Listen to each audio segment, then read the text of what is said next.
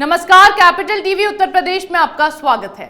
उत्तर प्रदेश में 2 लोकसभा सीटों पर हुए उपचुनाव के नतीजों ने उत्तर प्रदेश की सियासत में एक अलग प्रकार का संदेश दे दिया है। यह संदेश एक बड़े समीकरण के ढहने का है। यूपी चुनाव 2022 के बाद से ही मुस्लिम समुदाय की समाजवादी पार्टी की नाराजगी के मामले लगातार सामने आ रहे थे।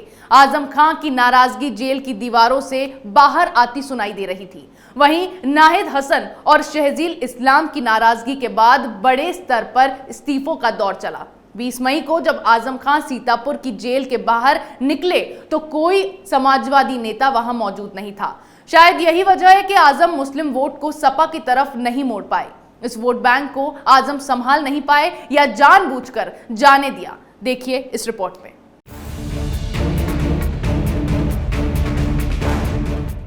जून के पहले हफ्ते में जब आजम खां और अखिलेश की मुलाकात हुई तो दोनों नेताओं के बीच की दरार को कम दिखाने की भरसक कोशिश की गई।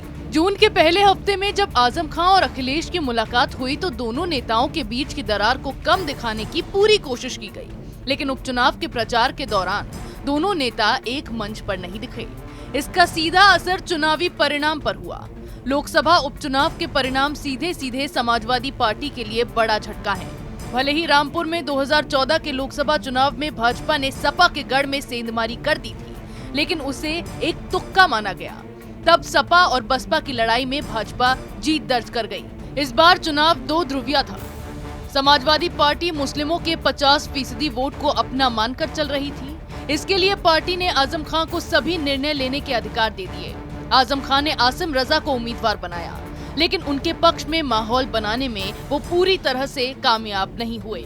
रामपुर ने एक बार फिर आजम खां को झटका दे दिया, लेकिन समाजवादी पार्टी को सबसे बड़ा झटका आजमगढ़ से लगा है। आजमगढ़ के समीकरण को देखें तो ये सपा की जीत के समीकरण के बिल्कुल मुफीद है। यहाँ पर करीब 27% यादव और 23% मुस्लिम मतदाता मिलकर चुनावी जीत तय कर देते हैं। आजमगढ़ लोकसभा सीट पर भारतीय जनता पार्टी ने 2009 में कब्जा जमाया था, लेकिन ये जीत भाजपा से अधिक रमाकांत यादव की थी। रमाकांत यादव तब सपा बसपा होते हुए भाजपा तक आए थे, लेकिन 2014 में रमाकांत यादव को भाजपा ने मुलायम सिंह यादव के खिलाफ उतारा और वो हार गए। 2019 के लोकसभा चुनाव में अखिलेश यादव ने भाजपा के दिनेश लाल यादव पर 2,59,000 से अधिक वोटों से जीत दर्ज कर ली। इन सभी मौकों पर एमवाई समीकरण पूरी तरह से काम करता दिखा। एमवाई समीकरण के साथ जब 2019 में दलित वोट बैंक साथ आया तो फिर जीत का अंतर बड़ा हो गया, लेकिन इस बार सारे समीकरण बदल गए हैं। आजमगढ़ और रामपुर दोनों ही लोकसभा सीटों पर भाजपा एमवाई समीकरण को ध्वस्त करती दिखी।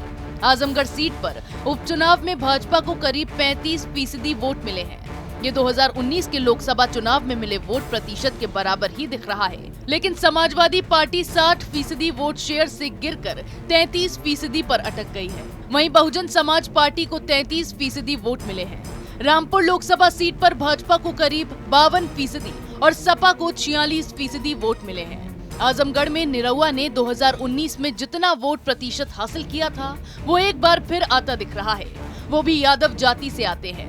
मुलायम परिवार के धर्मेंद्र यादव भी इसी जाति से हैं, लेकिन बसपा के गुड्डू जमाली ने सारा खेल बिगाड़ दिया। उन्होंने सपा के मुस्लिम यादव समीकरण से मुस्लिम वोट बैंक को अलग कर दिया। इसका सीधा फायदा भाजपा को मिलता दिखाई दिया।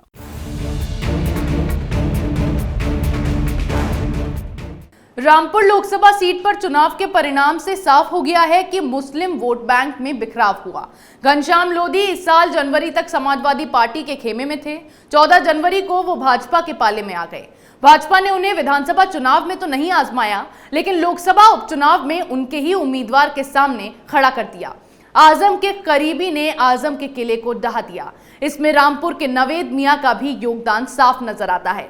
आजम खान ने चुनावी मैदान में नवाब परिवार पर क्यों निशाना साधा था, इसका अंदाजा अब लगाया जा सकता है। ऐसी खबरें हम आपके लिए लाते रहेंगे। तब तक के लिए देखते रहिए कैपिटल टीवी उत्तर प्रदेश।